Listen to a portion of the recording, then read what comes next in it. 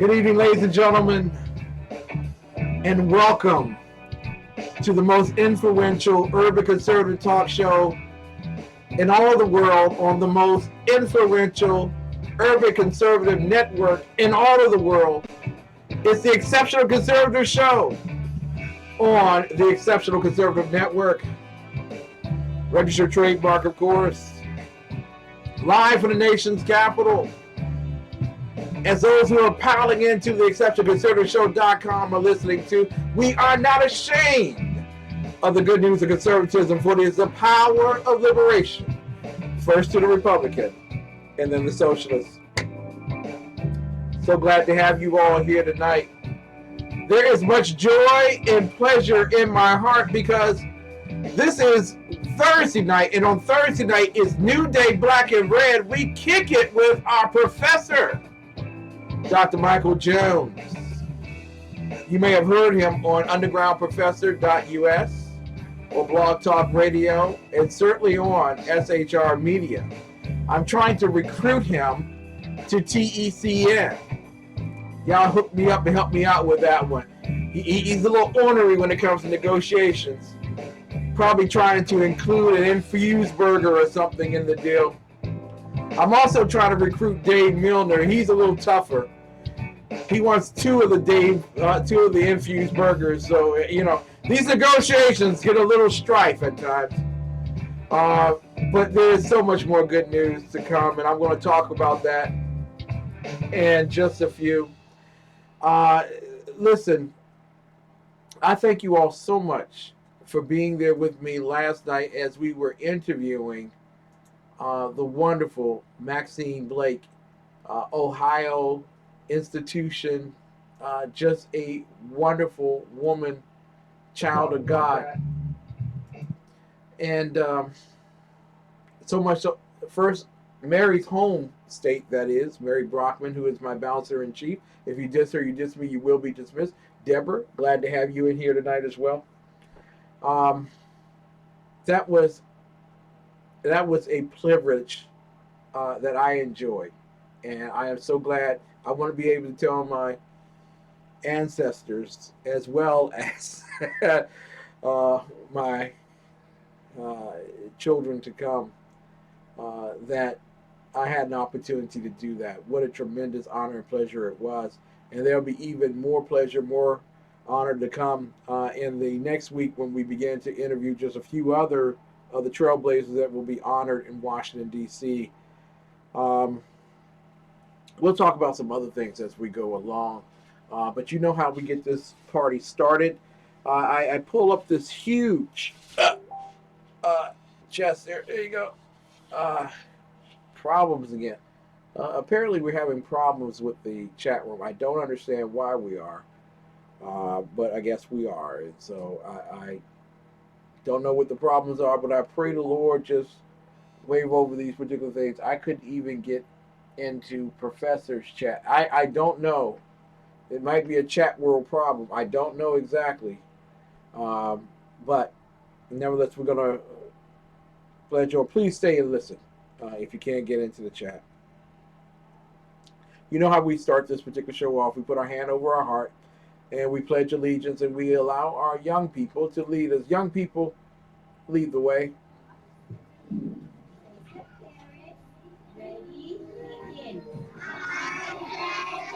Allegiance to the flag of the United States of America and to the republic for which it stands, one nation, under God, indivisible, with liberty and justice for all.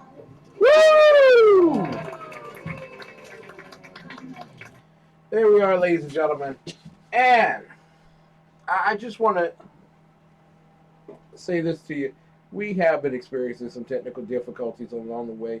That may not always be the case, but right now we may be. And I just thank you all so much for hanging in there with me as we go on. I want to bring on now my very good friend, Dr. Michael Jones. And hopefully this goes well. Try that right there.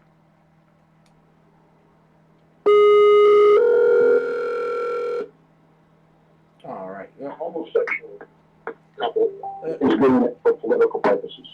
There we go. And I think that is something we need to consider. Yellow. Yellow. Good evening. So your phone does work. It worked earlier when I left a message for you. Hello. Dr. Michael Jones, the professor and host of New Day Black and Red, is with us tonight. His peon in chief is right at his side, the exceptional one, Cameron Clinton.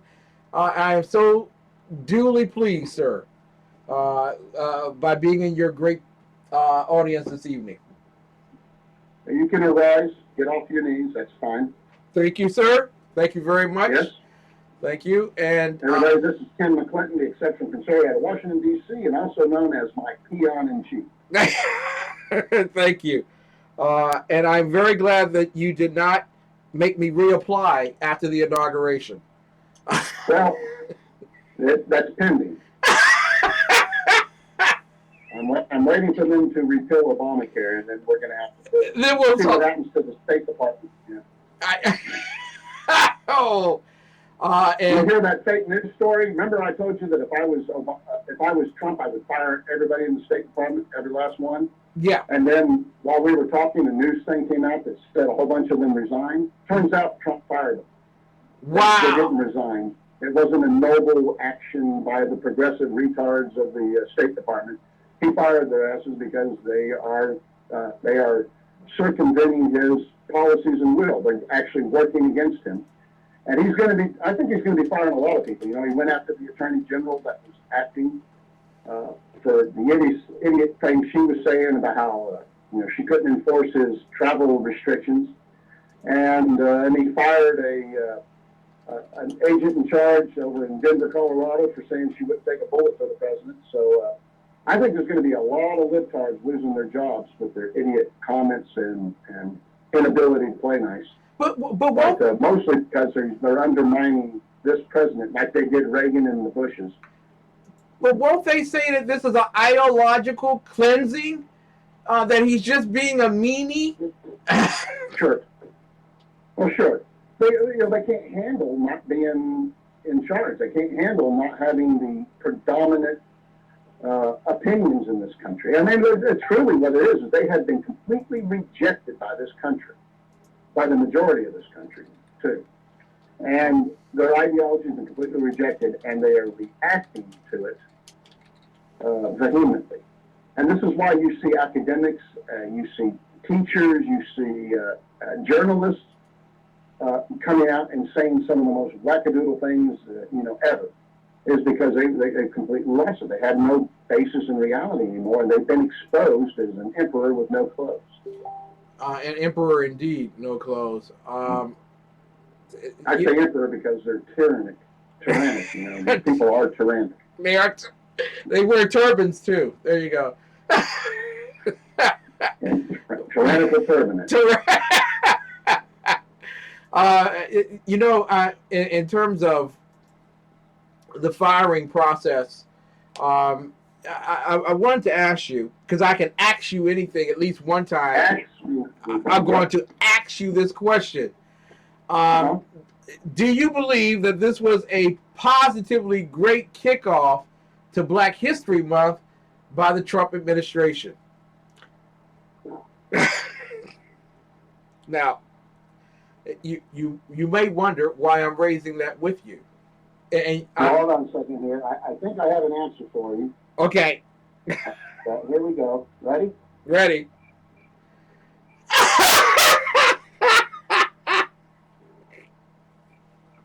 Thank you. Thank you very much.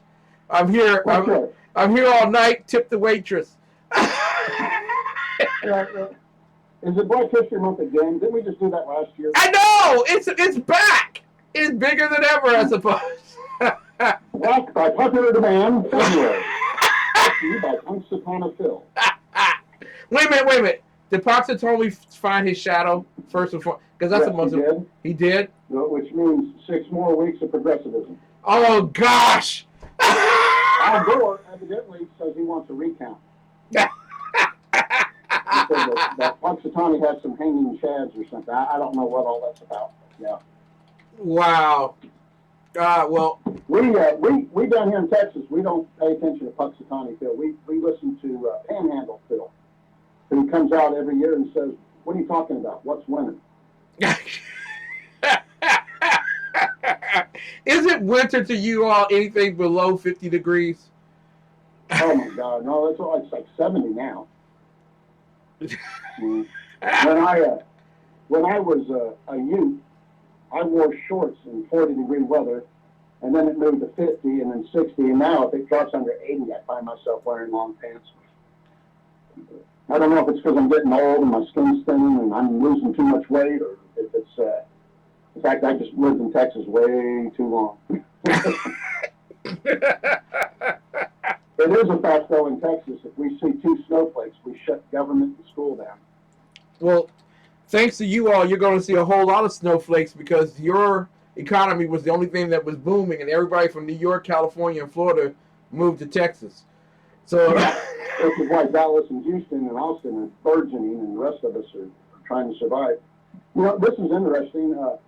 There's something like 250,000 jobs, according to the government, created in January. Now, how many jobs did Obama create while he was president if you subtract Texas from those numbers? 3? Oh, maybe. Over 8 years, he might have had a positive number. I'm pretty sure it would be a negative number. Probably. It's the job loss, not a job increase. But yeah, I don't think he had a net increase at all. I truly think it was a net decrease. If you take, Carolina and Texas out of it, because we had all these jobs because of Texas and what we're doing down here, and Carolina is because of their oil and gas exploration. But if you take those 2 states out, I don't think there was positive job growth. And Obama had nothing to do with job growth down here. And the job growth in the Carolinas was in spite of Obama because he tried to ban all this government drilling and everything, on government property. So this was all private industry and up in the Carolinas and down here in Texas. And so we created these jobs in spite of the president, not because of him. You can say that twice over. If it wasn't for Texas, I don't think there would have been any positive news on the job front. Texas was the only thing that was hiring. And I don't mean the government. No, well, you can't count a government job as a job, because a government job takes away from the economy. They're leeches. A government job takes away from the economy. They do not create wealth. If you don't understand how wealth's created, then you'll never understand how a government job does not help the economy. It takes money away from the economy. It redirects money from the economy because we have to pay these people, and that means that it's going to come out of taxes and fees. And that's money that is redirected from you and I that we could be spending on products that we want and directing and controlling the government, because every dollar we spend is a vote on a product. Mm-hmm. And the more dollars that get spent, the more votes that product gets, the more successful that product is. And so if we take money out of the system so that we can't vote with it, then it goes to government and then they redistribute it. And it usually has a cost of 75%. Yeah. It's removed from every dollar for the cost of compliance and administrative cost and government control and crap. And I was asked to define Trump in one word: busy. Very, very busy. Yes. Listen, when we come back from the break, and I'm so glad to have you here, Professor. You know what I do here in terms of annoying you. Yeah. Are you wearing pants this time? No. I decided not to wear pants this evening. I wanted to celebrate completely, annoying you. The only guy I've ever seen that uses suspenders to hold up his boxers. And a belt. I have.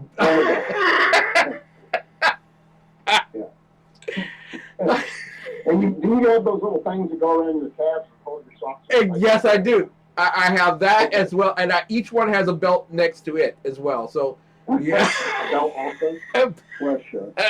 But I do not script when it comes to those belts. They are leather. So there you go. Right, real leather. It's what was that? Oh crap! What was that leather that was always advertised by Ricardo Montalban? Corinthian leather. Corinthian leather. Fine Corinthian leather surrounds the girth of the exceptional conservative. Thank you very much. Was that a GM car? Was it Cadillac? I can't remember what car he advertised that for. Yeah. If it wasn't Chrysler, it was probably GM. Yeah. Yeah. I want to get so big that I have to be able to promote Corinthian leather. For sure. You already worried me on things like that because when you came down here to Texas and we drove by, I saw cows fainting just seeing you drive by. Because you were like hanging out the window with a knife and a fork in your hand and a napkin tucked in your hair. That was some fine Corinthian leather down there, boy, I tell you. Yeah. Ladies and gentlemen, when we screaming, show me the beef. Thank you. When we get back, I want to make an announcement to everybody, and we'll continue on our conversation this evening with the professor regarding the First Amendment and whether it actually protects violence and riots. Stay tuned for more of that. We'll be right back right after these messages. Yay. Thank you for the taking the call. And I really enjoy ICRN, your station, the station I listen to all day. Yeah. Okay, thanks, Dominique, for that. Hi, my name is Christopher Arnold. I'm the executive chef of Infused Restaurant, and today I'm going to walk you through some of the meals that we prepare here.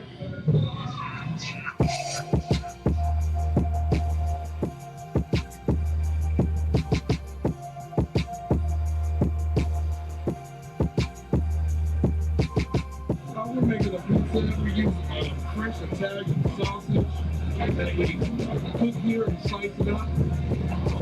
Our pizza dough is in-house made. Our pizza sauce is in-house made. So everything is fresh and ingredients.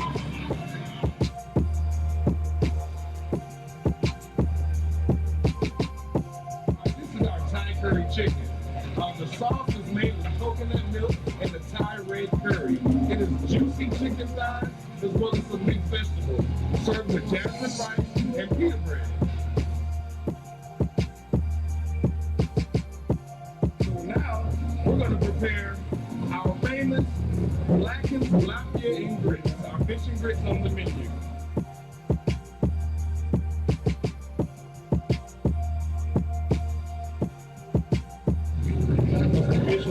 Our meal will be complete.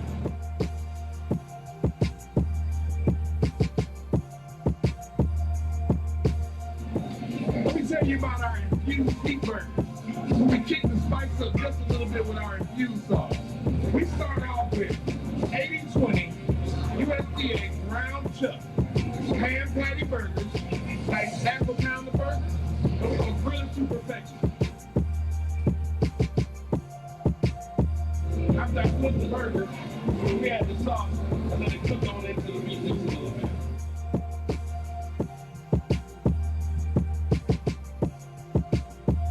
We're going to add a little bit of pepper jack cheese to this burger to spice it up a bit.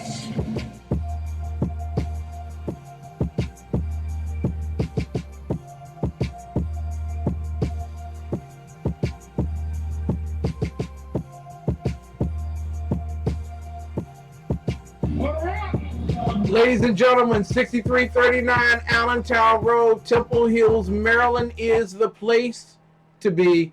Home to that burger that I had on last Thursday, which is the size of my head.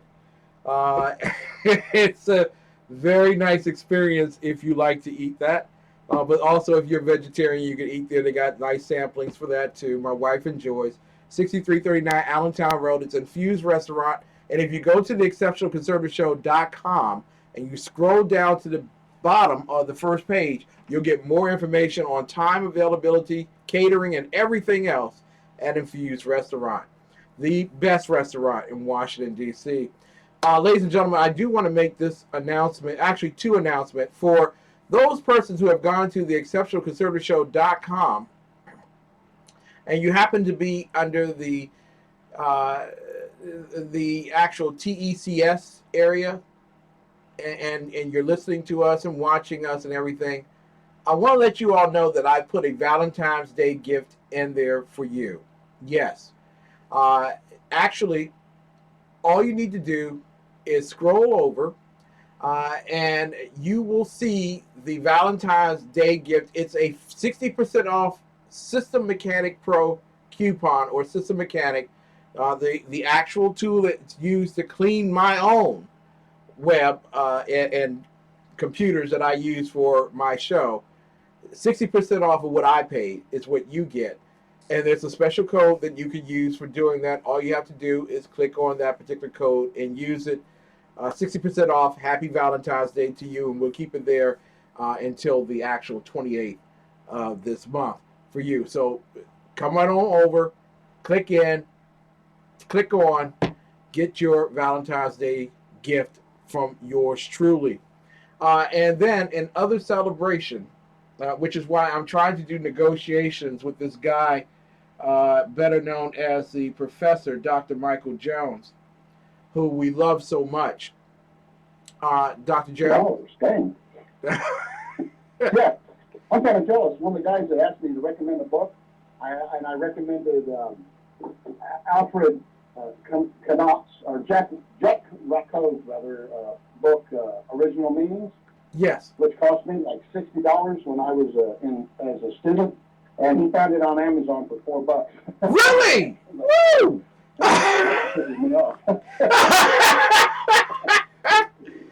I'm not telling you any more books.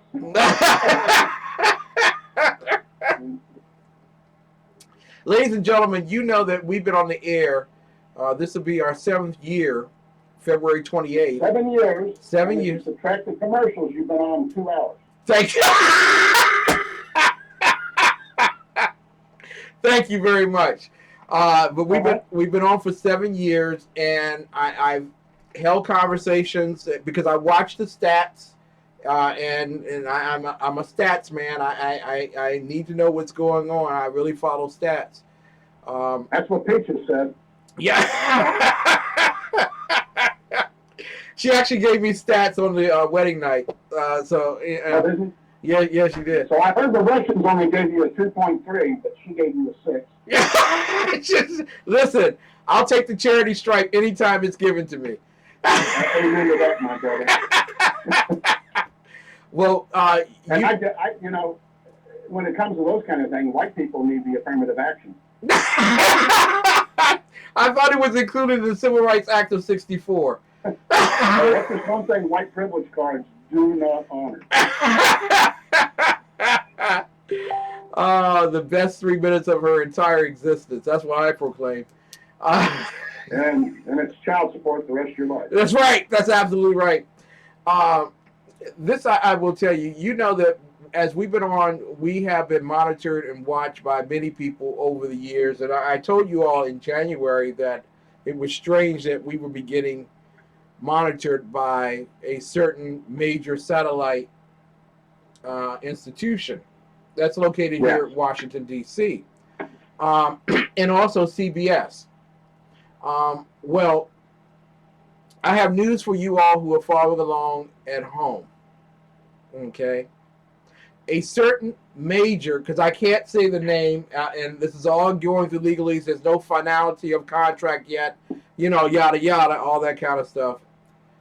But a major satellite radio network has inquired about the Exceptional Conservative Show and making it a part of its networking broadcast. So I'm excited tonight, and I wanted to share that with everybody. All the details will be worked out over the next 3 to 4 months. But we may be moving. You can't say their name, but I'm going to go ahead and do it. It's Eskimo TV out of Alaska, Fairbanks. And, Hey! it's broadcast to at least 30 different igloos. Hey, and we are very proud of this sponsor. listen, I am very proud because they have satellites in both Anchorage and Juneau. Thank you very much. That's right. How did you know that's true? Oh my goodness, it's buried under a pile of snow by now. But I'm going to be working out some details with TECN and a few other things. So y'all just stay tuned. You hear? There's growth afoot. You say y'all. Y'all, They don't get to use that until you move your butt down here. Hey, but I'm a Texan. I was granted Texan status. Smokey made you an honorary Texan. Smokey's no longer here, so you don't get that privilege. Oh, you can't vote that privilege away. No, there's no voting. I'm a benevolent dictator. With scars on his hand from eating with you. Look at this, people. That is not true. That is not true. I want you to know that is not true. Those scars came before the meal. Periscope can see the scars. Scars don't lie. So I just want to say, and I know Melanie's in here. So I will be talking about that on Saturday in private and everything during our organizational meeting. But I am sincerely impressed and very thankful for those at that major satellite that's been watching this program and other programs on TECN for the past 4 months now. And last night's show with Maxine Blake was just incredible on the Exceptional Conservative Show because it whacked out everything. I mean, so many people piled in. It was incredible in terms of chat room and all the other video things that we offer via Ustream and live stream. And it was incredible, but I thank Maxine Blake for coming on. And I want to thank everybody who remained steadfast despite the inconveniences and in spite of all of the things that this show's gone through. On the downside, on the upside, somebody thinks we're good enough to go satellite. So thank you very much. The satellite of love. I feel it. Like MST 3000. I will be broadcasting from outer space. How about that? On the satellite of love. We are tonight with my very best friend, Dr. Michael Jones, who allows me to sit at his feet and, of course, massage him. I like him. Yeah. I sit at his feet and I massage them while I cut his nails and trim them and sharpen them up and everything and give him his manicure while he actually broadcasts with me on Thursday nights. Thank you, sir, for the great and prestigious honor. Well, it's it's what I do for Black Outreach during February. This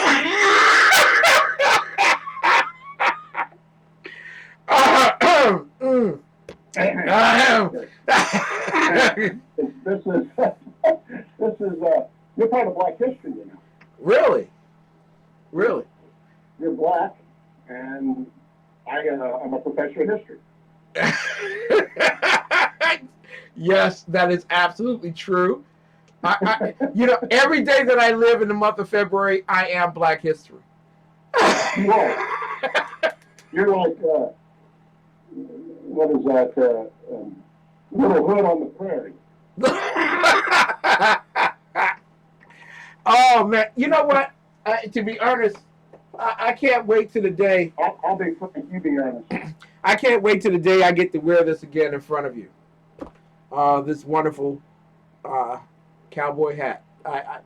And when I go to that satellite network, I'm going to order four. I'm going to order 4 more, so that every day I'll be wearing a cowboy hat. One for each chin. Oh. You can only wear one at a time.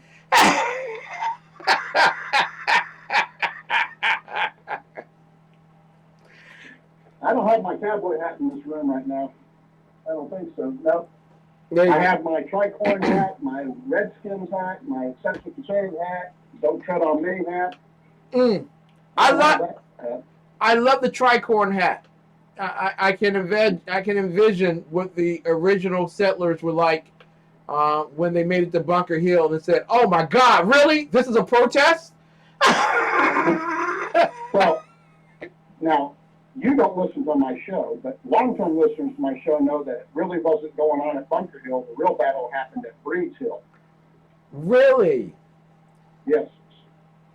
Tell The big them. part of it. The Bunker Hill got the credit because they had the PR agent, but Breeds Hill is where the big action happened. You know, that's where we lost Dr. W. and a few others there at that time. It was a big loss to the revolution. What's his name? God, I've been calling him Dr. W for so long now, I forgot his real name. Dr. Winstrip I can't remember. It begins with a W. But, hey, second day.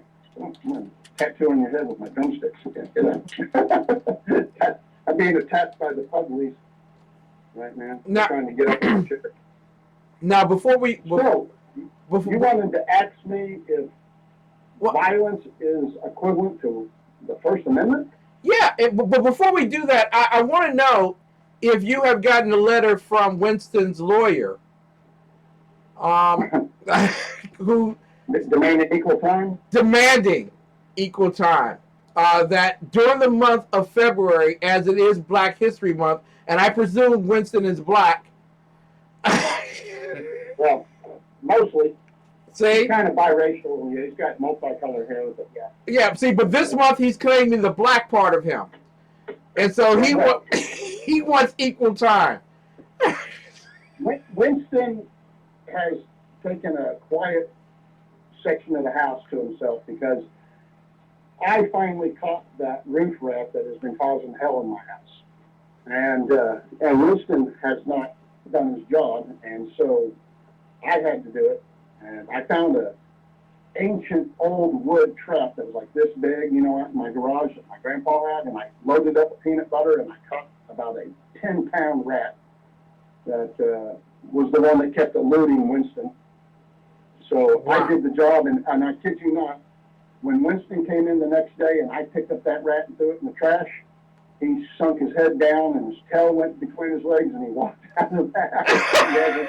He hasn't really come near me in 3 days. But, Wow. yeah, bless his heart. See, but that, once again, that's an example of technology taking away a job. See? Yes, it is. It's like the equivalent of a white man keeping the black dog down.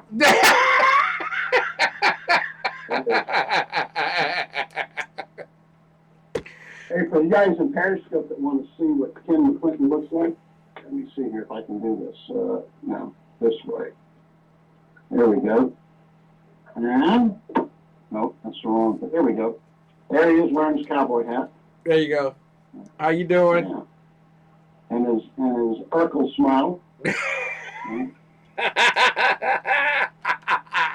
want to know why you're only gray on your goatee. This is because of my daughters.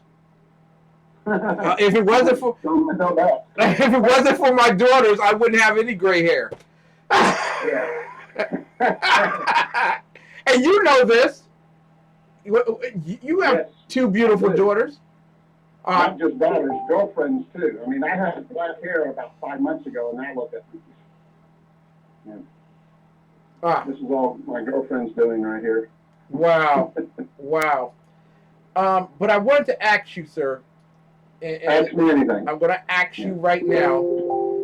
Yes. Because Mary's having so many problems tonight. She said it was tough to hear what you were saying, so we turned your sound back up for Mary.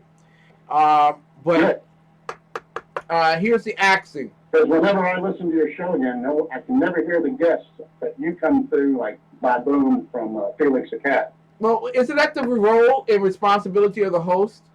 Because you're not coming to the show to listen to some guest, okay? That's right. Not on my show anyway. I mean, if Donald Trump came on this program, whom would you rather hear? Donald Trump or me?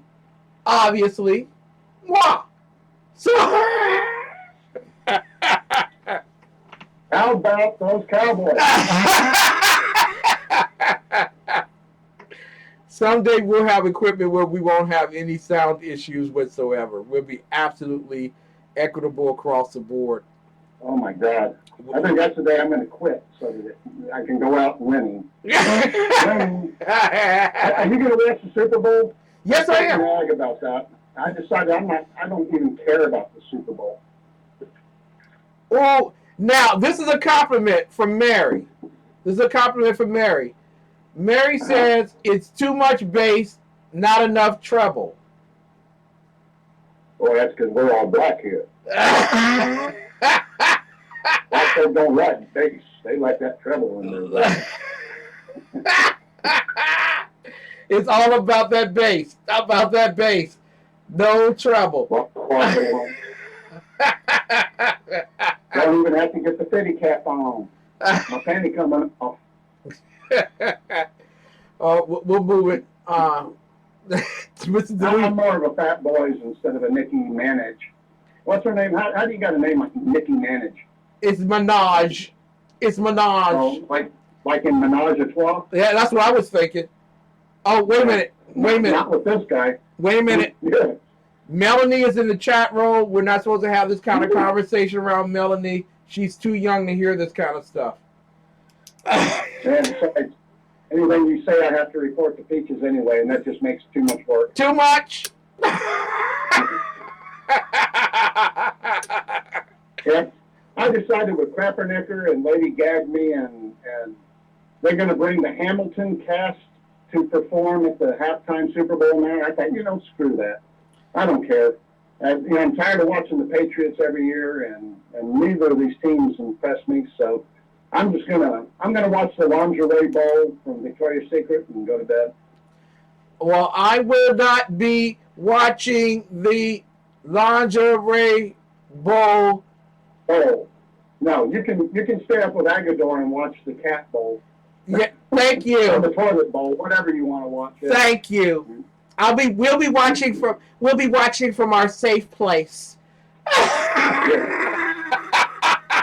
Northwest Central. Menage a Trois. Oh my goodness. Don't go there. You get in trouble with the women every time. No. She put it in the chat room. I was just reading what she put it, and now I'm set up. Whatever. Don't go there. I did not say anything. I didn't do anything. I'm innocent this evening. I am as innocent as the snow I drive. Notice you said this evening.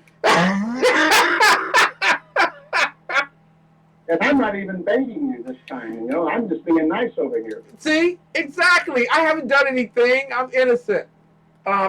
Professor, does the First Amendment protect rioting? You want the long answer or the short one? Both. No. And no. So what happened at Berkeley? You clearly know that you can't yell fire in a theater if it's not a real fire. So because you can cause harm to people. So we already know that the Supreme Court has said that you don't have a right to foment problems. We know that you can't instigate riots or cause people to become violent with your words. You don't have the right to do so. So violence is not a protected free speech, although I would say that the Supreme Court seems to be hypocritical on this because they let you burn an American flag, which I consider to be a violent act. And when you're setting things on fire, that's violence. And so I don't know. I don't always agree with all that, but you can't be violent and call that a First Amendment issue. Yeah. No. And notice which side of the political spectrum is having all the violence, and which side is busy working for a living so they can pay for all the people to have the time off to go commit the violence. Yeah, exactly. Yeah. I want to ask this because you have been a professor in university, and And Berkeley gets over $370 million of financial aid from the federal government. Yeah. They get almost $500 million in aid total. Yeah. About 53% of that comes from the government. Yeah. Yeah. And I'm just wondering, I mean, now I'm not. Turn it off. They don't have any right to it. Yeah. Yeah. If they don't have a right to that money, as it is federal money belonging to the other 49 states as well as California, do we not have the right to say, if you're going to burn down your school, we're not going to pay for rebuilding it? Yeah, pretty much. I don't know why they think we would have to, pay for it. Honestly, I don't know why they would expect us to pay for it, but they do. I mean, look at this. A long time, this has been the historical thing that progressives burn down their neighborhoods or their buildings or their stores. They attack their own Starbucks, which are their headquarters. They will loot and steal and pillage, and then expect us to pay for everything, the citizens of this country, to cover it and repay it and do it. And I find that offensive. For one thing, I think we ought to leave it in the condition that they burn it down in. Okay, well, there's your new house, and you got it. It's yours. Exactly. Right. And if anything, I think as a citizen, we shouldn't pay to rebuild this crap. We should help these store owners and stuff that want to get out of those communities. We should help them move. I wouldn't mind subsidizing their moving out of those communities, because if enough of them move out, then there won't be anything for them to shop or buy or burn down, and then they'll have to start acting like human beings instead of animals. And I want to get your opinion as well about the mayor of the city putting a stand-down order for the police against the rioters. That the rioters actually had permission to destroy public and private property. Yeah. I found Winston. He just came in the room. Yay! Winston. I can't get you on the camera somehow. There you go. Yeah. The Winstonator. Oh. There we go. So, yeah, they had no business doing that. I mean, look at that crap they did on campus, right? The riots, the destruction of property and whatnot. And they only managed to get one person arrested. And I'm betting you, if you look at it, that the vast majority, I'm getting some feedback, hold on. Mm-hmm. There we go, let me see if that's better. Woo! I moved the mic and it picked up itself. They only got one guy, and the sad thing is I bet you that the majority of the people that are doing the violence aren't even students on that campus. Yeah. There is a deal. When I was a professor, I had some students in one of my rooms that it was the first day of class. They didn't know that I was not a prog-tard prof. And they just assumed it because, all the other teachers were prog-tards, and so they assumed I was. And they were in there, and they were using my blackboard, and they were describing the event that they were going to protest. Mm-hmm. And they explained that they had a green line, a yellow line, and a red line. Now, the green line were the students of the campus themselves. Mm-hmm. And they were going to be the peaceful protesters who show up and get the protest going, because they're the useful idiots who actually have bought into whatever crap they're being told, and they're going to show up protest. The yellow line were paid protesters to get in and agitate the situation and get it to where there is pushback between the cops and whatnot. Now, the red line are further paid agitators, but their job is to really push things, to get it where it's bad, where they create violence, where they throw things at the cops and whatnot, and then they disappear so that they don't get arrested. But they're the ones who initiate the violent acts, and then they scatter. The cops react, they go into the green line, and they arrest the people who have really nothing to do with it, and then nothing actually ever happens, because after the investigations, they find that these are just useful idiots that were standing around thinking they were going to change the world with their protest, and the people who the yellow and red lines are the ones who scatter. And so go and look at what happened to Berkeley. Go watch the news feeds, and then you come back and tell me if you don't recognize that there's a red, a yellow, and a green line going on. Yeah. These are Lewinsky-like tactics, and they are paid for by Soros and the Clinton Foundation. And there's one purpose on it. You know. You know, and the funny thing is that there are so many people out there that think that this is legitimate protesting, that this is how a protest is supposed to work. And the excuse is given that it may have gotten out of hand, but overall, it was a peaceful protest. Right. Other than the violence, it was very peaceful. Just like Muslims are a peaceful religion, except for all the heads they cut off. If it were not for the Muslims, where would jihadism be? Peaceful jihad. Peaceful jihad. America, peaceful jihad. But the left... As I like to say, the latest quote from the left is power to the sheeple. Power.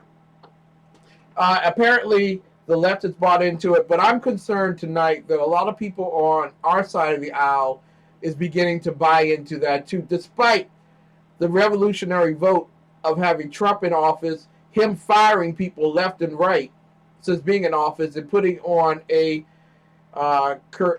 retainer against hiring anyone new until they have settled the accounts from the old regime. Quite frankly, those on the right sound kind of like those on the left, where we can't give in to the ones who have created this violence. We have to listen to those who are behind that green line, because they're the real people. Is this idiotic? Well, yeah. Thank you. It is. The fact that it's not even really a protest, it's there to create chaos. It's there to, that's what it's there. It's there to create chaos and to get people like you and I to stay away, so that, that there's no sense of sanity there. There's no gravitas. There's no, we're going to stay in and be afraid. And that's what they're hoping on, is that people like us won't stand up to them. Now, notice that these violent things are not happening in Texas, because we'll just shoot them. So they're doing it in places that have banned guns, mostly, and on campuses where it's safe, and they're the only ones with weapons because you can't have them. I think they're going to be shocked, because look at the violence that happened during the inauguration and the following nights. Yes. And we've learned that Trump has required the police forces to look at video feeds and identify people and arrest them. And they've been making arrests. There's some 300 people were arrested already over the inauguration violence. And so, we're going to turn around and find out that they're going to look at the news feeds on this too at the campus and maybe start arresting people there. And if we keep doing that, then it's going to suppress the normal people who get involved in these protests. These college kids that are there on scholarships and stuff, if they find out that their scholarships got dried up because they were in that protest, then guess what's going to happen the next time Lewinsky or Soros start spreading money around on the campus and say, we need you to come do something idiotic. Now, they're going to go, I think I've got to get my degree. Now, I'm here to learn anyway, and this will suppress it. And college campuses, if you go and you tell them, we're drying up all grant money that was coming from the central government to you until you get your act together, they'll freeze up, because they have to have this money. They can't exist, and they won't have the funds to operate 3 days without it. And look what we're doing in Texas for sanctuary cities, where we're passing these bills to go after them and dry up their grant money from Texas. Just the Texas grant money is causing these sanctuary cities to give in before the fight's even started. And so, you do the one thing that liberals have to have, and that is money. If they don't have money, they can't function.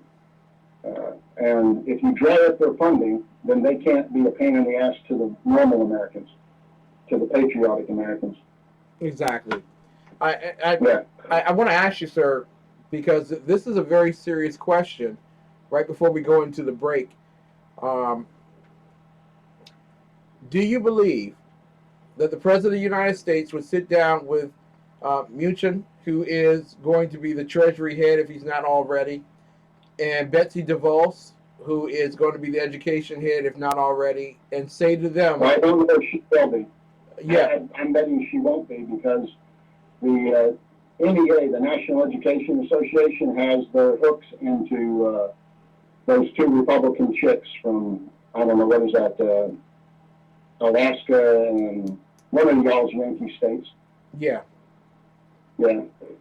wow, wow, And they come out and said that Dubois, or whatever her name is too wedded to vouchers, and they think that is going against the best interest of kids. Well, what they're really saying is that they've been bought and paid for by the teachers' unions, and they have to say that, or they won't get money from them anymore. When you go and you look at how much money they've been donated by the NEA and their subsidiary accounts, yeah, the fix is in against this chick. So we're going to have to find somebody who hasn't got a track record about vouchers, and then that wants them, and then get them in there past them. wow. That would be a very sad thing if she has to surrender at this particular point. Well, I'm not a big fan of her, because I think she's got too much ties to Common Core, and I am completely against Common Core. So it's not like I'm a defender of Dubois, or whatever her name is, Dubois. Mm-hmm. David, or whatever it is. I'm not a big fan of hers, but what will be interesting to me isn't if she gets it or not, but what kind of fight Trump will put up for her. Or are they going to cave? Because we're so used to Republicans just automatically caving as soon as a Democrat says they don't like it. A candidate. DeVos. I don't know how to pronounce it. Hey, guys, welcome back. So I'm not sure how to say her name. I'm not butchering it on purpose. But I think she's a Common Core queen, and so I'm not a big fan. All right. Of her. But yeah. But anyway, what were you asking me about those two? Nothing, because now we have to go to break. How do you do?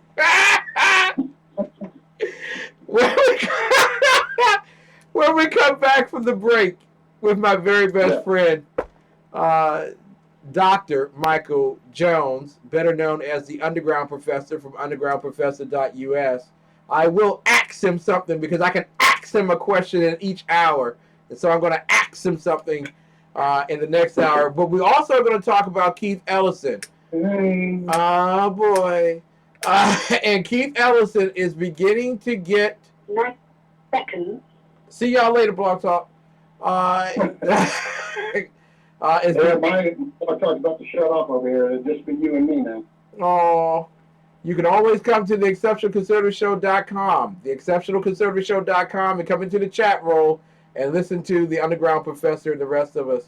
Have a wonderful weekend wherever you go. We'll be right back right after these messages when we come back and talk about Keith Ellison. 60 seconds. Late night conservative talk show in America, TECN Radio. And listen, there are no people better on the air to give you the best in conservative talk. TECN Sean and TECN Clint. And we're working on some restoration papers for a certain other guy who happens to work here too.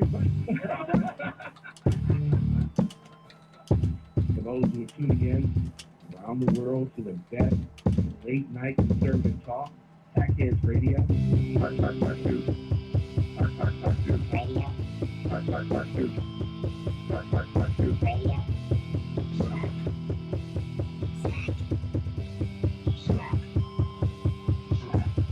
The best late night conservative talk show in America.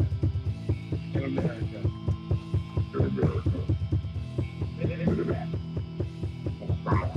And in this west was a large, I'm pretty sure it was the biggest spider I've ever seen. Hi, my name is Willie Lawson of The Willie Lawson Show here on the Exceptional Conservative Network, Monday through Fridays, 9 a.m. They told me that I needed to be humble, but I couldn't figure out how to do it. So I decided to be awesome instead. That's The Willie Lawson Show, Monday through Friday, 9 a.m. here on the Exceptional Conservative Network. The bloviating Zeppelin. He's big-footed enough radio shows to last a lifetime, courtesy of Sean, Clint, Ken, and Jersey Joe. Now it's time for him to waddle on his own 2 feet via the glorious SHR media. Gird thy loins for the bloviating Zeppelin's Berserk Bobcat Saloon, coming soon to obstacles near you. Excelsior.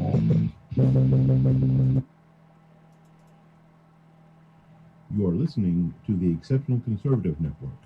For more information, go to www.theexceptionalconservative.com. You are listening to the Exceptional Conservative Network. For more information, go to www.theexceptionalconservative.com. You are listening to the Exceptional Conservative. Meet Jason. He was really excited to start growing his business with social media until he realized how complex and time-consuming social media can be. It's difficult to manage multiple social networks and accounts. It's hard to monitor what's happening on social media, follow discussions, and engage with new followers. It's time-consuming to publish updates throughout the day, track and analyze how effective posts are, respond to fans and followers in a timely manner, and gain new customers. The list seems to go on and on. Jason quickly becomes discouraged. How could he ever do all of this and still run a business? He was ready to give up on social media until he found eClincher, the easiest way to manage social media. Jason was amazed how straightforward and simple it is to use eClincher. With eClincher, Jason is now able to leverage the power of social media without having to dedicate several hours a day.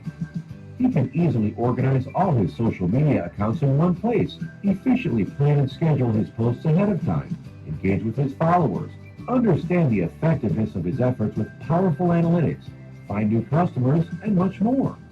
In order to tell your business's story, simplify the process of managing your social media, and analyze results, sign up with eClincher today. Is your PC causing major headaches? Now there's an easy way to make your computer run like new again. Introducing System Mechanic, America's #1 PC performance software.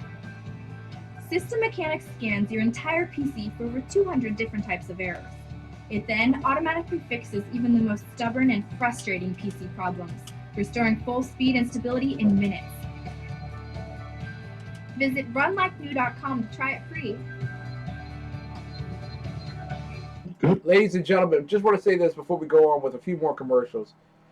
If you look under your chair, no, it's not under your chair. But if you look right next to you, if you're in the TECN chat room, the Euro Pacific Bank Limited TECN chat room, to your right side, if you scroll over right above the globe, is the actual gift that we have for you, where you can actually get the software from System Mechanic to speed up your PC, to clean it, to make sure that you have the right drivers and things of that particular nature.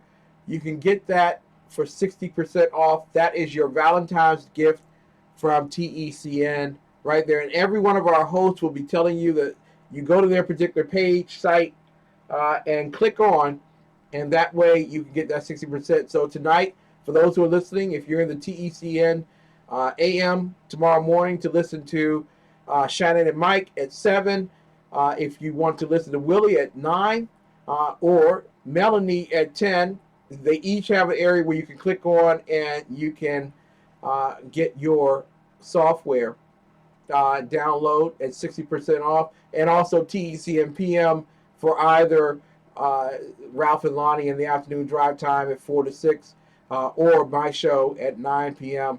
You can click on and listen to it. So make certain that you click on that gift next to you, put the code in so that you can get your 60% off. We'll be right back right after this message.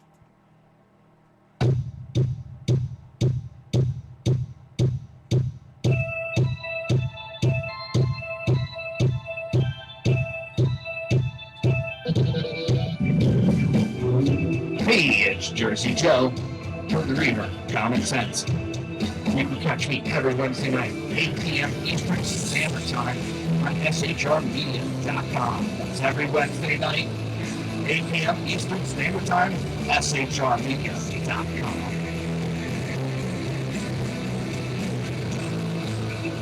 Good morning. I'm Michael Wright. And I'm Shannon Wright. Okay, folks, that's not how it goes. I think I'm Shannon, and I think you're so, Michael. Yeah. Okay. We are The Right Way with Shannon and Mike. Join us from 7 to 9 a.m. Eastern Time. Live on SHR Media. And on TECN. Where we'll be talking about all kinds of things. From sports and politics. To food and entertainment. To money. Family. And anything else in between. Community, holidays, all kinds of things. It'll be great. Join us from 7 to 9 a.m. Eastern Time. Times are dark. The people are misled by corrupt politicians, lied to by establishment media, and deceived by the false messages of Islam. A nation looking for direction needs a guide. It needs a man with a cane. I'm Dave Milner. Join me on Spreaker, SHR Media, Pundit Press, Live, Rebooting Liberty, and YouTube for a unique brand of commentary on the unpleasant blind guy. Because the truth is not always pleasant. Ladies and gentlemen, welcome back to New Day, Black and Red, a show, a program that attempts to give you not only a spiritual viewpoint, but a constitutional viewpoint on those affairs of this particular day. Of course, we have with us none other than the great host himself, the Professor Dr. Michael Jones. Good day, sir. Hey. It's good to have you here. I know. And I hope that you enjoyed the red nail polish that I put on your toenails this afternoon. Hopefully it's A lot of faith. Thank you. thank you very much. It was my honor, sincerely. Yes. I know why you call Lonnie the lion chaser. Why is that? The red nail polish. Dave Milner says it was a nice idea, the nail polish. So there you go. Yeah. And I just have to warn all the male listeners out here that if you really think buying software to clean up your girlfriend's computer is romantic for Valentine's Day, It is. then I have a special on the Underground Professor show. We have bacon-scented sheets for you to use on the couch. Thank you. Thank you. Yes. That's a matching set. That's a very nice gift. Because that's where you'll be sleeping. As uncouth as I am about relationships, even I know you don't buy a plunger for your girlfriend for Valentine's. Sure you do. A lot of things get stuck. And I must tell you guys, some of the porno sites, you want to clean up anyway. So, why not? Yeah. Why not go all the way? Well, there you go. That was a good thought. Thank you very much. Clean up your computer for your wife or your spouse or your significant lover or whatever. Just before the show went on tonight, I got a message here somewhere. I don't know where it is now, but it says, oh, here it is. Pornhub just launched a sex ed portal for its users. So it's going to be offering sex education for the people that are there to watch their girls in pigtails and plaid skirts, it says. It's teamed up with famed sex therapist Dr. Lori Petito to create a sexual awareness education channel. Huh. Really? Yes. So I guess you could say you go there for the sex ed classes, like we used to tell our girlfriends we read Playboy for the articles. I did. I'm an intellectual. And you did, actually. Yeah, I'm an intellectual. I was pursuing hard knowledge, and Yes. I got it. I felt kind of cheated. If you ever seen Agador's Playboys in Braille, they actually they're kind of textiles. So yeah, we got cheated. All we could do was look at ours.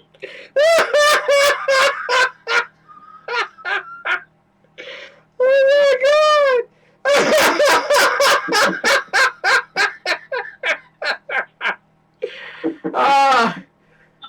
It's a little nippy this evening, isn't it? Take out the Playboy. Anyway. Hey, they're making fun of the Japanese. It's brought up in my lap, everybody. This is Sir Winston, my one-eyed rat terrier. See, now this is why. Don't French me. This is why courts were made, so that you could actually threaten to take the professor of the court so Winston, who is part black, can get some airtime.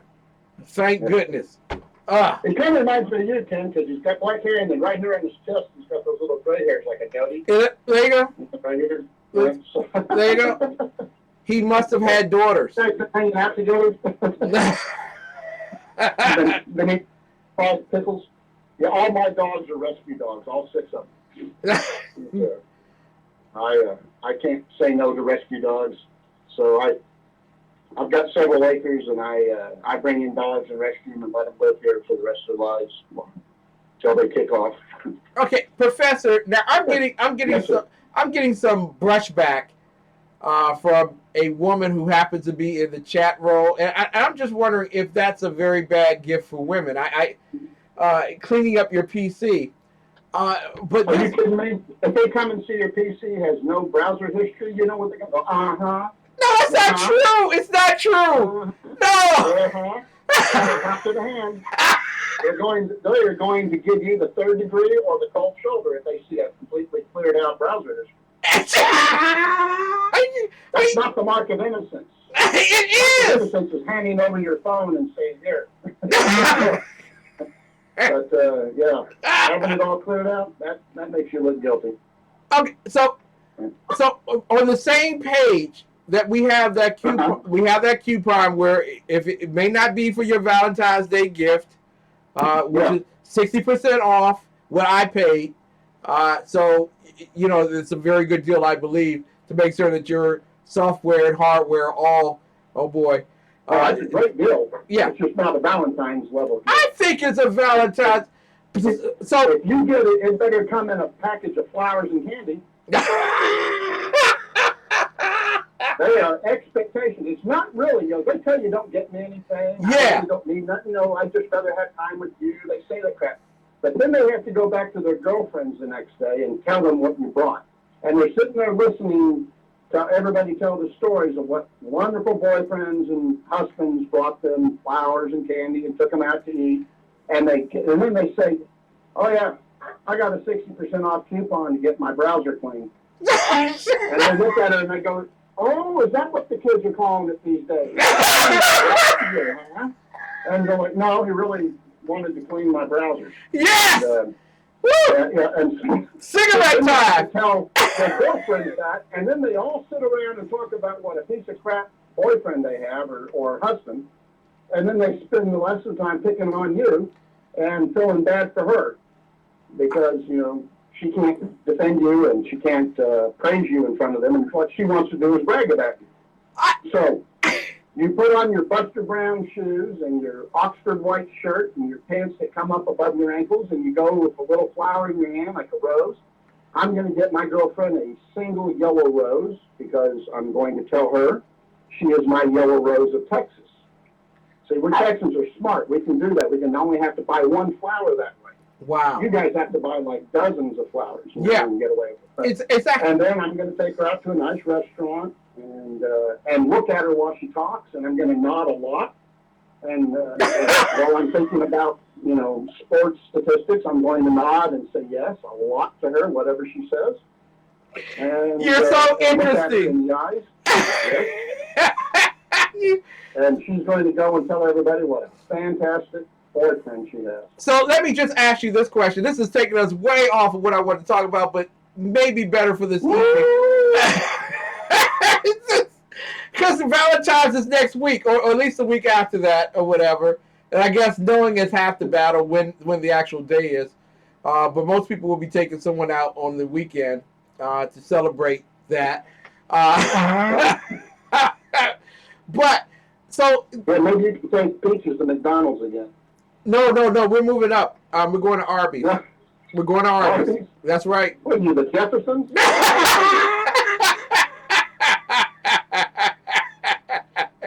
I'm just thinking. Now, there is a dress on this page, and Mrs. Biggs is not listening. She's asleep. I have to make her rest now more than listening to this program.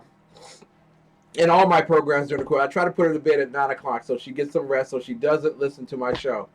But sure. Yeah, because I really love Usually it's because we're together, but when I have to do this with you, that doesn't happen. Well, thank you for letting me know. I was wondering why the back door was always cracked. That's why I would say I'm your backdoor friend. That you do. You absolutely do. I do. Thank you for telling me why. But there is, I believe, and just tell me if this is a tasteful dress that a woman should wear on Valentine's Day. That leather dress that chicks wear? Yes! Don't you think I think it's a very tasteful dress. It's a dress that says, I love my man and my man loves me dress for Valentine's Day. I'm going to tell you, it depends on if you're taking her to a strip club or a steakhouse.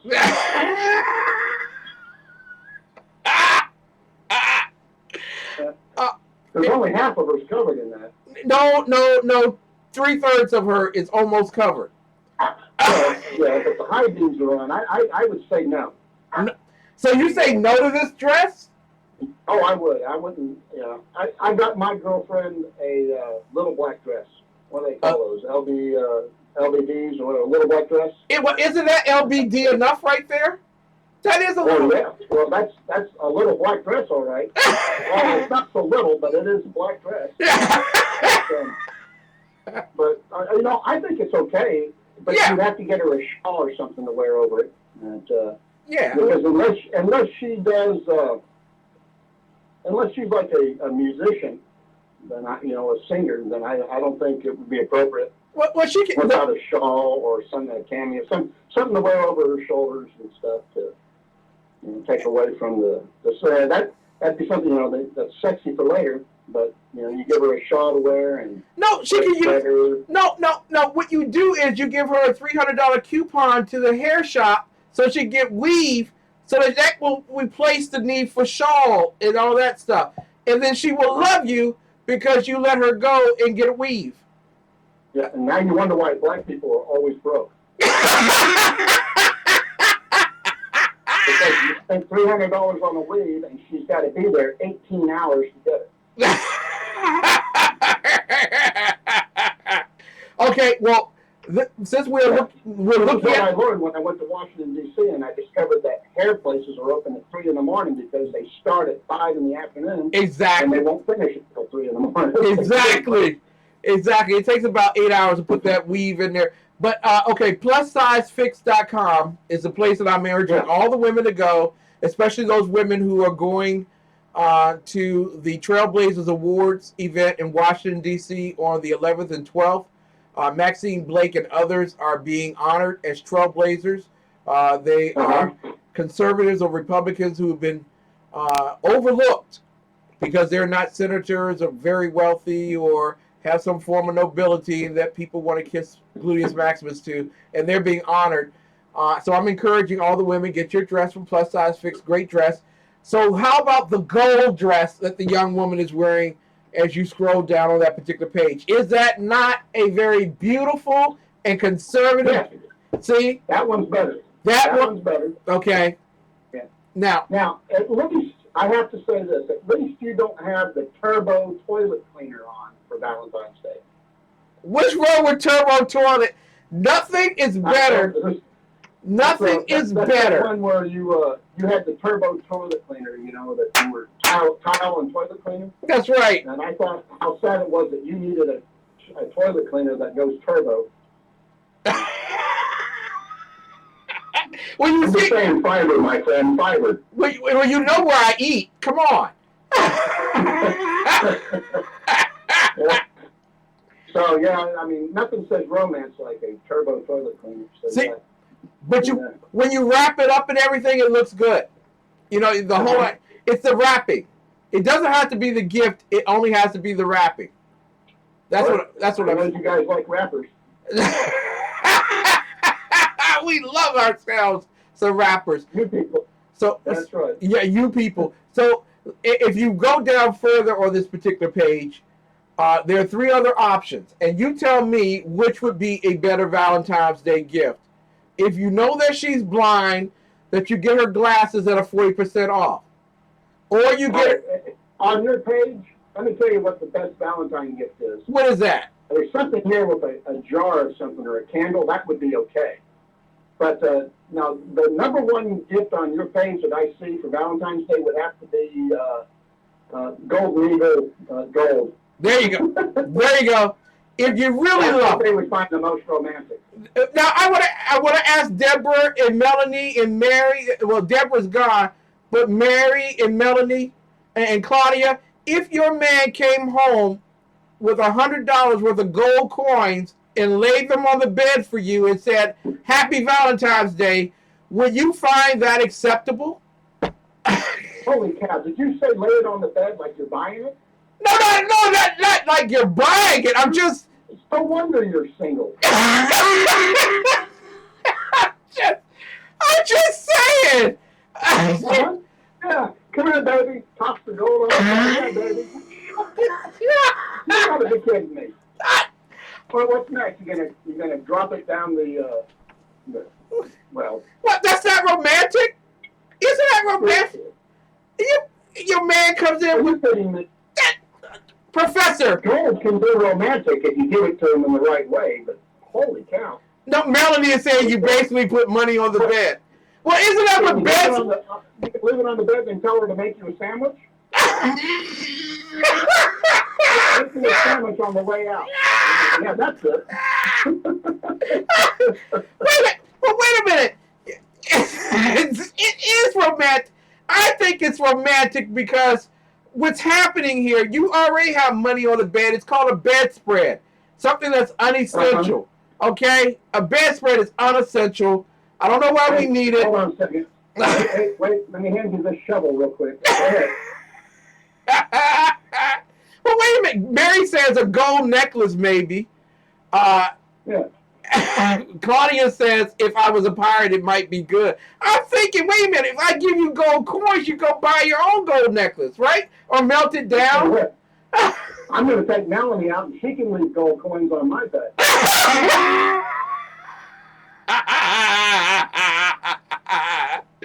Wait a minute. Okay, wait a minute. Now, Melanie comes back and says, make the sandwich. Now this show is completely off what we were going to talk about in terms of politics and economics. This used to be a very soul-searching show. And now I'm calling... This is for CBS. This is if CBS who's listening. I want to know, why is that such a bad gift? Your man gets you gold coins. That's how you give it to her. Now look, if you got her like a dozen flowers and you take the gold coin to each one, that would be romantic. I would like that. But, you can't put money, you can't make a Valentine's gift a money thing. And the worst thing you can do is say, that's a $300 dress I bought you. You really look good in it. Or no, look good because it's a $300 dress. You see, you got to be careful. You attach money to something and you ruin any romance to it. You lose all your points. Well, why go to dinner then? You're attaching money to the dinner. Same reason you talk to women. What? Why do you talk to women? I don't talk to women. Exactly. Me either. They're lonely people. Yeah, because the minute you say something, it infers that you're going to listen to them. So you take women to dinner so that part of the time you have an excuse not to talk to them because you're chewing. Well, okay, all right, I can go with that. So that gives you an excuse right there, and it occupies some of the time that you're trying to figure out what to say to them. But I tell you what you do. You see, you get them a couple of flowers, and you take them to dinner because eating is an intimate act between people. You let your guard down. You let them see you do things, like you become a mouth breather when you eat, and you maybe not close your mouth when you chew. You do all kinds of weird things, and if they still want to go home and make love to you after that, you've got somebody special if they watch you eat. Wait a minute. You can sit there and talk to them and look them in the eyes because you're right across the little table from each other, and chicks dig that kind of stuff. Okay. Because you've got to remember, for women, it's how you make them feel.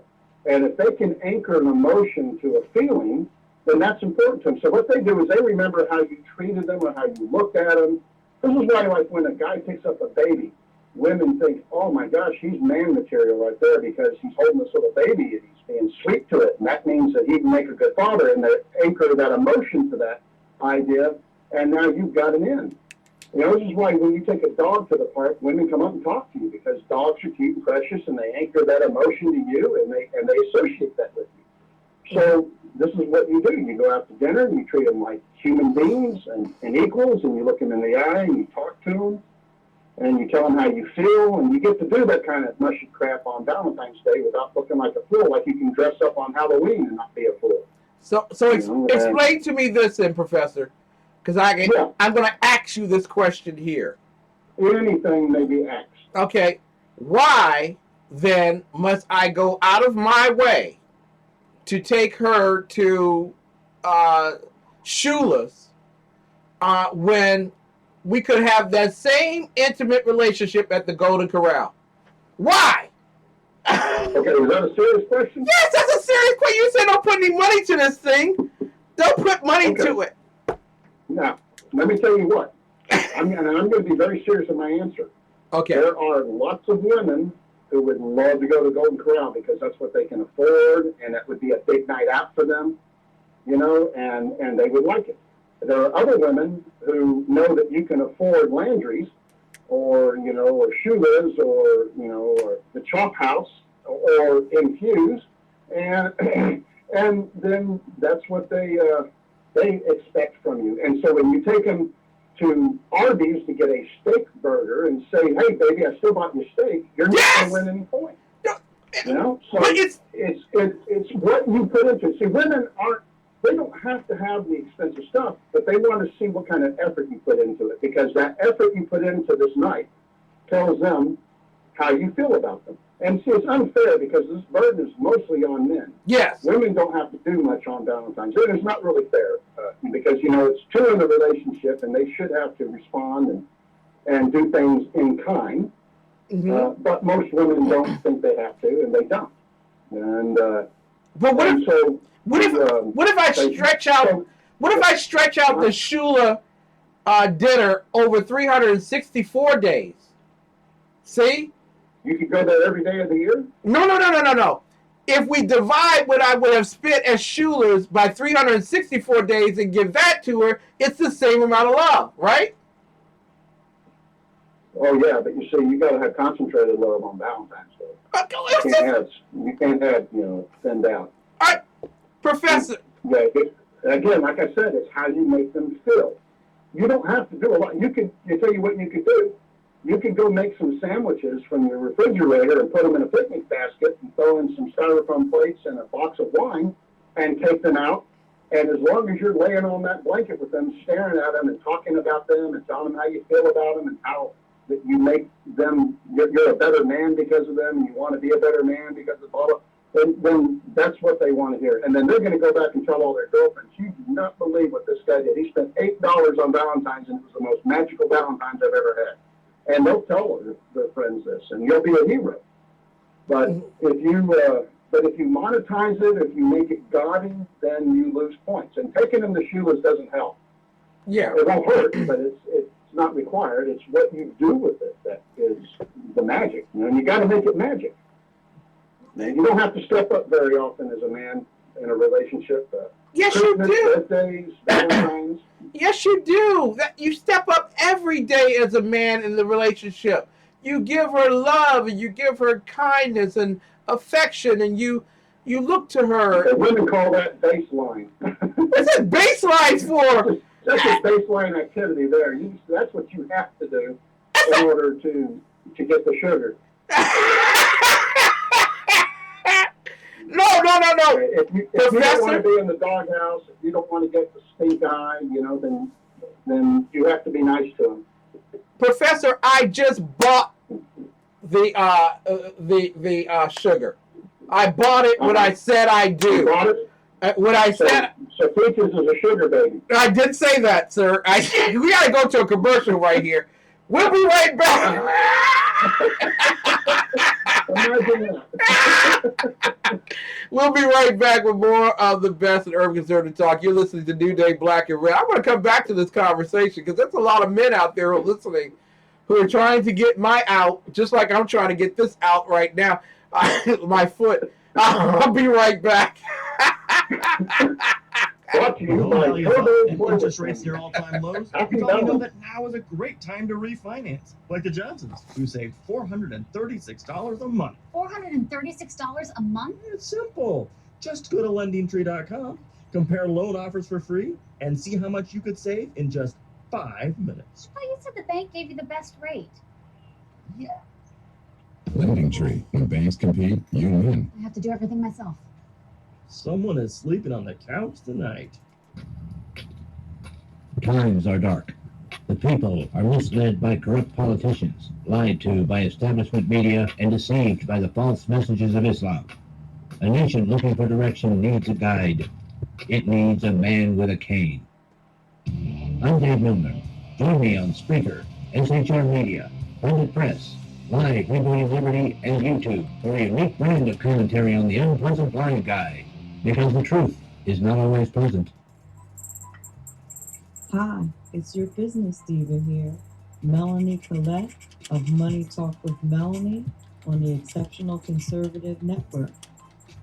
Every Monday, Wednesday, and Friday at 10 a.m., we talk all things money on a global, domestic, and household scale that affects you and your wallet. You don't want to miss it. Now, at Riots, we only have only one shop to harvest that trophy, so we have thousands of accessories and replacement parts to improve your chances. We know how much you love to shoot, so our gunsmiths articles and videos will help you handle and get the raw to your guns. We also value your hard work and money.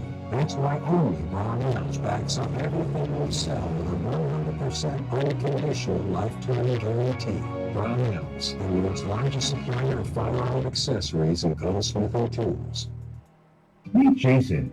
He was really excited to start growing his business with social media until he realized how complex and time-consuming social media can be. It's difficult to manage multiple social networks and accounts. It's hard to monitor what's happening on social media, follow discussions, and engage with new followers.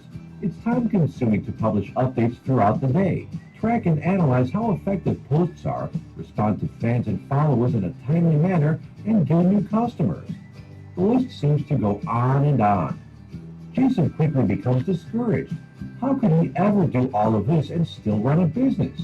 He was ready to give up on social media until he found eClincher, the easiest way to manage social media. Jason was amazed how straightforward and simple it is to use eClincher. With eClincher, Jason is now able to leverage the power of social media without having to dedicate several hours a day. He can easily organize all his social media accounts in one place, efficiently plan and schedule his posts ahead of time, engage with his followers, understand the effectiveness of his efforts with powerful analytics, find new customers, and much more. In order to tell your business's story, simplify the process of managing your social media, and analyze results, sign up with eClincher today.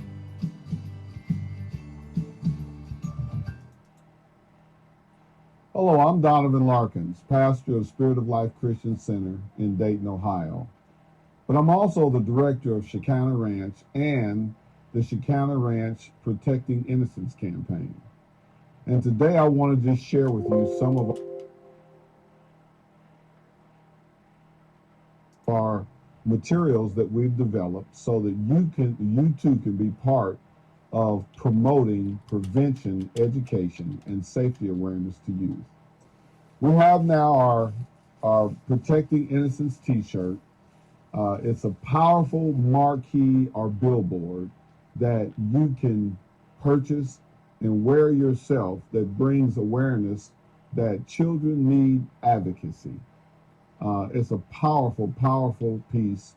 It's simply a picture of that with this marquee here with some additional wording on it, and you will want to be a part of that. We have posters that any of you pastors or any of you community centers, you may want to obtain some of these posters and post in the recreation center.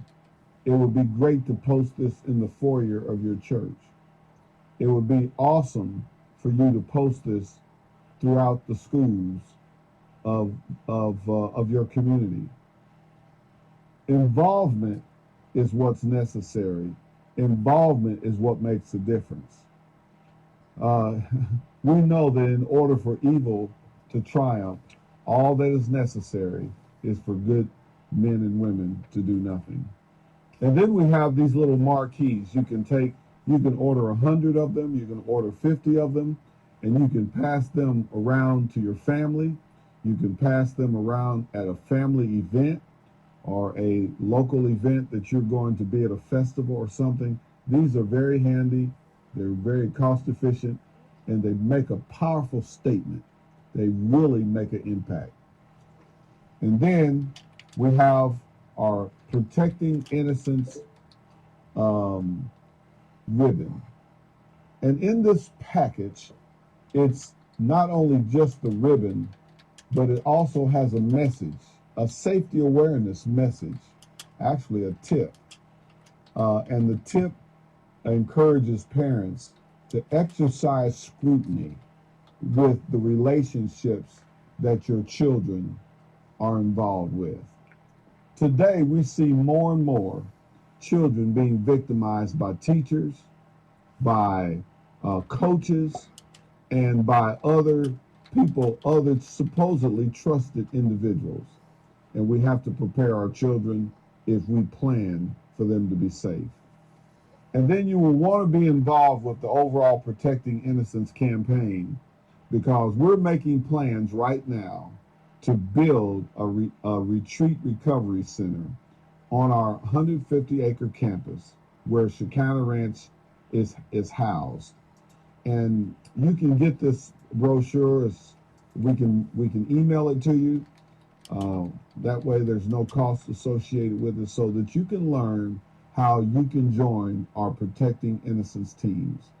We are communicating with people globally, all over the world, that are interested in how together we can protect children from dirty, evil child molesters.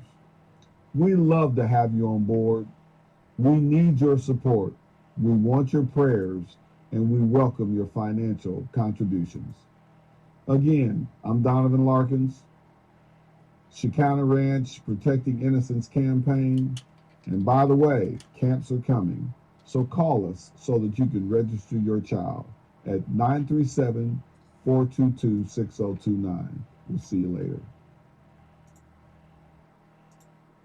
Ladies and gentlemen, Pastor Donovan Larkins, a great friend of ours and a wonderful supporter of Open Heart Closed Case, who understands the threats of pedophilia, sexual abuse, and physical abuse to young people, has joined us in making it possible to help those young people, especially with the camp coming up this summer. We're trying to raise $10,000, and woefully we're very short of that. It seems that people are more active in giving after a child has been abused than trying to prevent it. I hope that we can change that, because 30% of whatever is raised is also given in recognition of my daughter, Shanice Milton, to Syracuse University for a scholarship fund in her name. Would you help us? 5, 10, 20, 50, 100. Maybe if you want to give the whole 10, it doesn't matter. But every child that doesn't receive that support, that help, spends the rest of their lives woefully missing it. And their children and their children's children suffer accordingly. Give. Press the donation button that's right next to us. Find it on the Exceptional Conservative Show page. Give today. We really would appreciate it. Ladies and gentlemen, you are listening to New Day Black and Red, live from the nation's capital in Fort Worth, Dallas, Texas, with the wonderful, great host, Dr. Michael Jones, who is trying to convince me that it is a wonderful thing not to take $100 worth of gold coins and roll them out on the bed and put an Arby's burger right next to the bed with large curvy fries and a large soft drink and say, "Happy Valentine's Day. I love you." Wait. Are you dating Rosie O'Donnell? No, it's not. It doesn't matter the woman, does it? Really? Does it? Curly fries and gold coins? Are you serious? Yeah, why not curly fry? I mean, if you've been together, you know each other. You know what he means, and you know what she means, and it doesn't matter about this one day. Okay, let me just say this, Ken. Okay. Let's pretend you're a woman and I'm a woman and we're at work. Now, Okay. You come up and you tell me, I'll my pretend. man put curly fries and gold coins on my bedspread. Go ahead. Let's see where this goes. Okay, my boyfriend put curly fries and gold coins, $100 worth of gold coins that were real, 24 karat gold coins, all over the bed. What's that up for? What's that up for? Oh, no, girl. You tell me you didn't give that up to him after that. What are you talking about? No, you didn't. Yes, I did. What's next? Salad? You put salad on the pillow? Hey, salad's good for you. That's what I hear. You haven't seen a salad. It doesn't even walk by. I just think in our economy, with so many. Can you imagine Diamond and Silk? What they would say if you did that? I will bring them on my show and I will ask them if that is it. I want to be there when you do it. I want to have a microphone on. I want to ask them.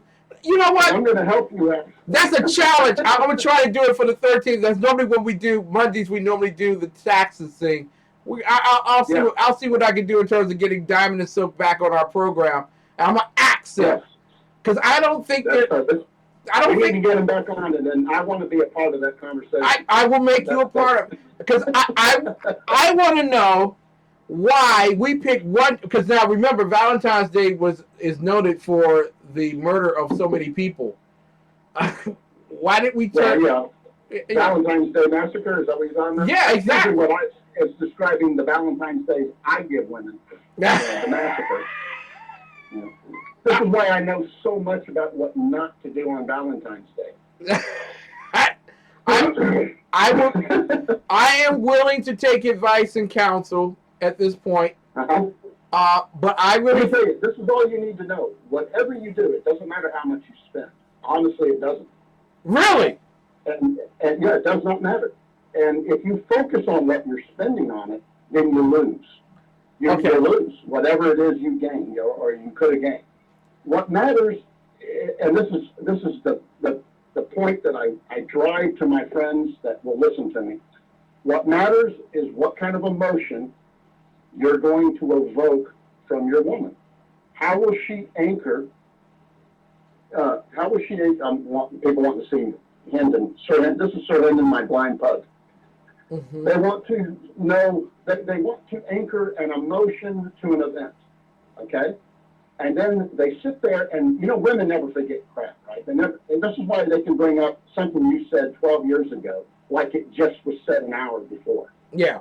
And so they anchor these emotions to events. And if you make an event a good emotion, like you pick up a puppy dog, or you're holding a baby and you're being very good with the baby, you're not dropping it or holding it weird, you're goo-gooing it, and you're making the baby laugh. Then that anchors an emotion that they stick to that. And then when they think about you later, they think about what you look like with that baby or with that puppy dog. And then they think well about you. So wait a minute. And then for no reason at all, she comes home and she's happy and she jumps in your arms and she gives you a big hug and a kiss and tells you she's been thinking about you all day and she loves you and whatnot. And you don't know where that's coming from. Well, that's because she was thinking about an anchored emotion that she had earlier from some other event. Okay, that just happened to cross her mind. So when she goes to work and tells her friends what you did, she had better have a good anchor instead of a bad anchor. So I go to the store and I get her the supersized Hershey almond bar. You're always with the fat stuff. Let me tell you something. Let me tell you about my favorite Valentine's Day, and it was the biggest debacle of my life, but it was my favorite Valentine's Day. Okay? Okay. I went to the store, and I went to the flower store, and I talked to the person there, and I bought a bucket of rose petals. Okay, all the rose petals that fell on the floor, you know, and they were going to throw away. I went in there and I said, I'll give you $10 for all those. And they thought, well, what the heck? We're just going to throw them away. Yeah. So I came in with this 5-gallon paint jug of rose petals of all different colors. And then I spread them all over the mattress of our bed, right? And I put candles in there, and I put chocolates on the pillow. I went and got those mints, you know, those thin mints that she liked, my wife at the time, and I put those on the pillow. And I took her to the best steak restaurant I could find in Tucson, Arizona, and we went and ate steaks. And I sat there, and I had no agenda for the night. I just listened to her. I listened to everything she said, and I really did. I wasn't thinking about baseball or my work or anything. I decided, you know what? I'm going to give her my undivided attention because that's what she's always saying she wants. Mm-hmm. Yes, I'm on YouTube too, Underground Professor. And so I gave her my undivided attention. She thought that was an amazing night because all she could ever talk about was how I looked her in the eye and I responded to everything she said like I paid attention. And she thought that was amazing because I never really do those things. Right? So then we go home and she sees the bed full of konnichiwa.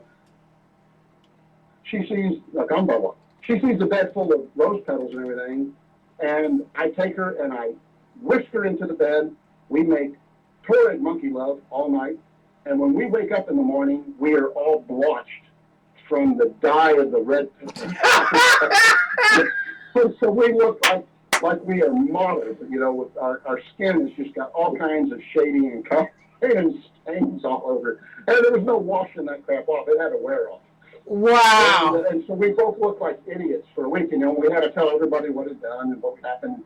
And here's what I discovered. All the guys thought I was an idiot for doing it, and they thought that was funny and stupid, and they laughed at me. All the women said, oh, my God, that's so romantic. I can't believe he did that, and then he didn't get mad when it happened. He laughed about it, and he told you still look beautiful. Oh, my God, woman, that was amazing. And they talked about this because it anchored an emotion of fun and good and paying attention and everything, and that lasted a long time. I got more out of that night, and I might have spent $20 for the whole night between the steak dinners, because this was back in the 80s, but the steak dinners, the rose petals, the chocolates, the candles, all that cost me less than $20. And that was the most magical night I'd ever given a woman on Valentine's. Now I'm hoping that on the 14th I'm going to up the ante because I'm taking Megan. I bought her a little black dress and some earrings and a necklace that it has a moon on it and it tells you that I'm head over heels over the moon for it and on necklace. I can't remember the exact wording, but it's basically that. Uh-huh. And I'm taking her to Ruth's Chris Steakhouse. Okay. Which is the top steakhouse in the country. It serves the top 1% of the beef in the country. It gets it. Mm-hmm. And the way it serves the beef, it cooks the beef at 500 degrees. So when it comes out, like if you want medium, it comes out rare. But the steak is so hot, it keeps cooking. Yes. And while you're cutting the steak, it keeps cooking. And and then then it's where you want it to be while you're eating. And I've got my tux all brushed out and ready to go, and my patent leather shoes, and the steak sizzles on the plate. Right, it splatters all over you. So you got to take your napkin out and put it around your neck to keep it from splattering all over your clothes. Mm-hmm. And the experience is just amazing. You know, the wait staff. It's going to be for Megan, who has never done anything like this. I hope it's not going to be ostentatious. I hope it's going to be magical for her. It will probably be too much. It will be probably, but it's a fantastic steak, and Megan has. She's like me, you know. I had bad teeth because I was in the Air Force, and I got free medical care, so my teeth aren't great. Megan doesn't have good teeth either, and so eating a steak is rather hard for her. But Ruth's Chris, and this is why I chose this, is because you can cut those steaks with a fork. And I figured that would make it a lot easier for her to eat, and then she'd be able to have one of the best steaks in the country. and the experience that comes with it, but she'd also be able to eat it without fighting, and hurting her mouth. And so that's why I'm choosing that. Okay. It's actually, there's thinking about this with love and not just all about presentation. Yeah, but what do we get out of the deal? What do we get out of it? I mean, aren't we expecting something? Other than spending the night with a beautiful woman and getting to know that everybody's going to look at me with my beautiful 26-year-old girlfriend, that's worth it all on its own. What? Yeah, what do we get out of it? We love and loyalty back, man. Okay. All right. When your wife cooks you a meatloaf or chitlins or turnip greens or whatever you guys, fried chicken, whatever you guys eat every night. Whatever you people eat. And I'm not being funny. I mean, whatever your standard meals are. Yeah. You know why they're always better than a restaurant? Because Peaches puts love in that food when she cooks it. Because she loves you and she's cooking that food and it just somehow gets into the food. When I eat the food Megan makes, it's so amazing compared to other food. And it's because she has love going into it while she's cooking it. So you get that. You get their companionship and if you're lucky, you get a little lucky. What if I just write her a card? What if I just write her a little letter, say, I love you. Roses are red, violets are blue, your bum is big, and mine is too. Yeah. Happy Valentine's Day. Happy Valentine's Day. Give it to you because someone loves you. There you go.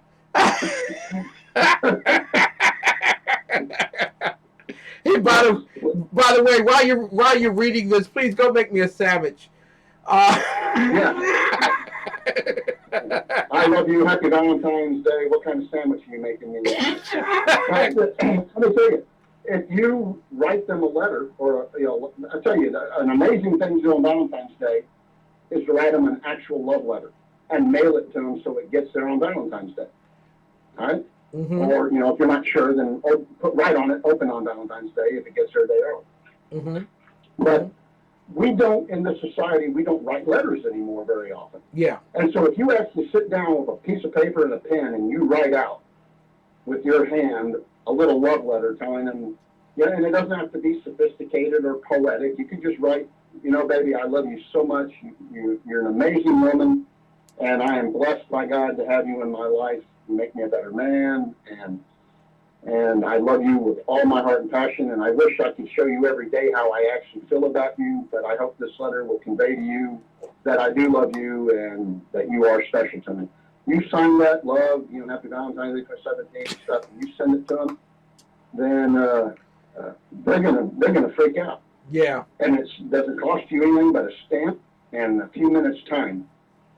But it's got to come from your heart. You can't just write this crap and send it and don't need it, because then it won't work. So standing in front, and they will know. So standing in front of the card rack and writing down what other people has written is not a good thing to do. Well, you could probably just copy what I just said and get away with it. But if you write from your heart, whatever you write, and in your own words, that's because they know you, right? And so they know when you're giving them crap or when you've got, what is that? It's one of my favorite stories of all time, and I can't remember the name of it. That the dude with the big nose that coaches his friend on how to woo the girl with his poetry. Bergerac.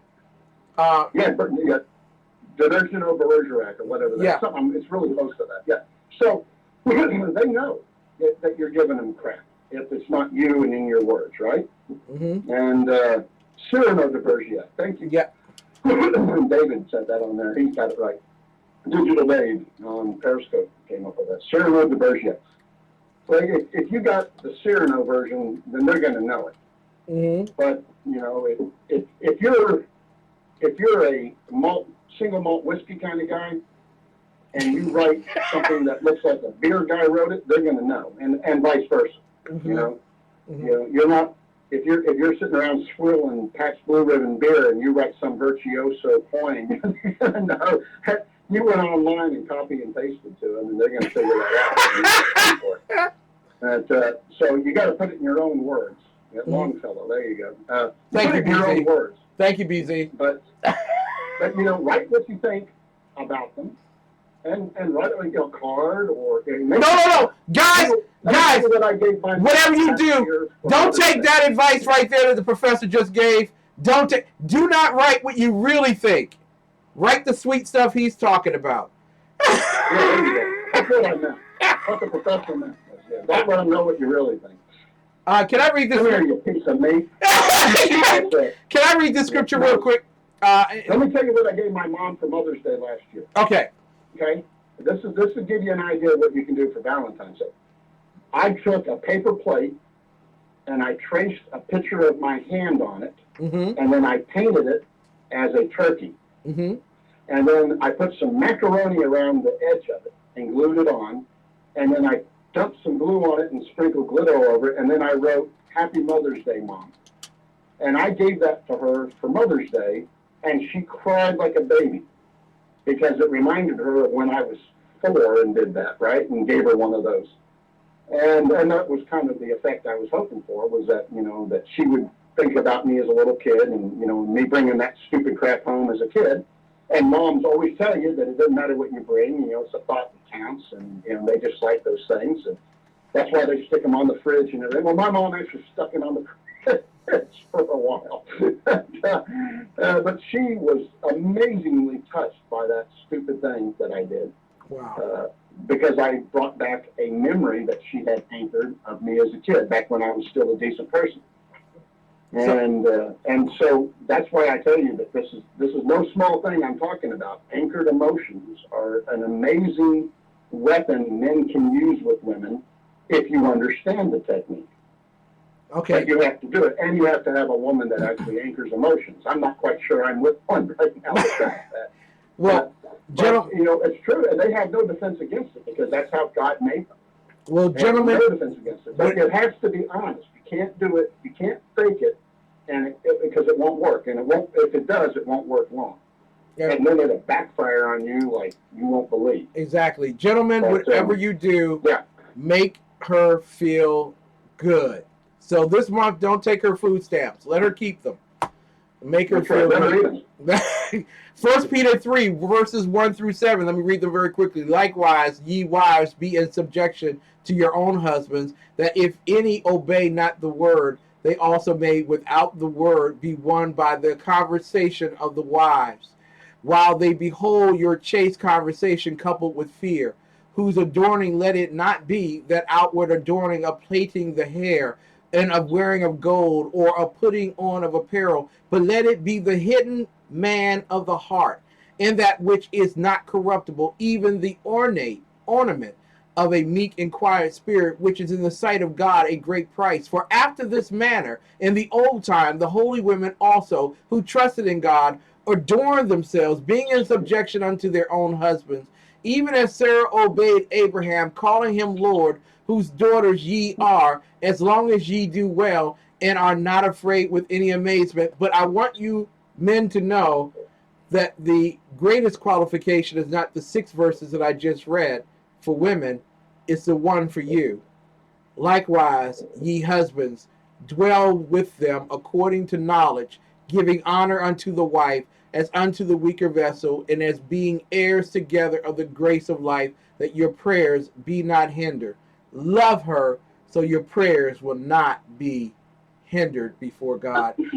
Blog Talk Radio. Already, we must go because BZ's coming up in just a few.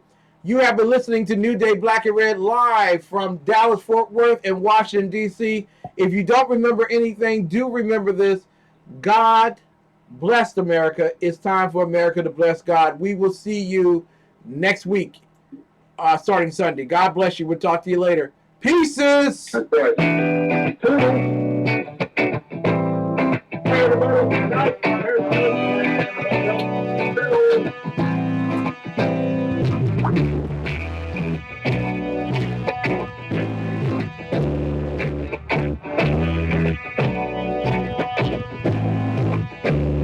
Get